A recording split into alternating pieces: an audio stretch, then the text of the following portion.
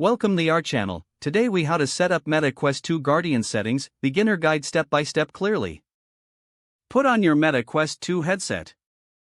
Press the power button to turn it on if it's not already powered. Once you see the home screen, use the controller to select the settings option. Scroll down and choose device from the menu.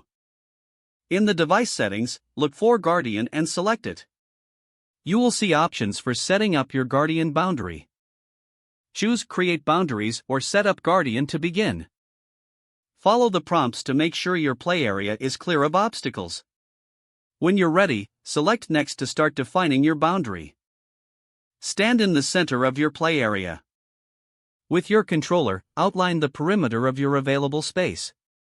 Make sure to trace the boundary slowly and smoothly for accuracy. When you've circled the area back to your starting point, move on to the next step. You will have the option to adjust your Guardian boundaries in the next screen. Feel free to make modifications if needed. Once you are satisfied with your boundary, confirm the settings. Your Meta Quest 2 will now save your Guardian setup. You can also enable boundary alerts for safety. These alerts will notify you if you approach your boundary while playing. After confirming, you can exit the settings and return to the home screen. Your Guardian settings are now successfully set up and ready for use.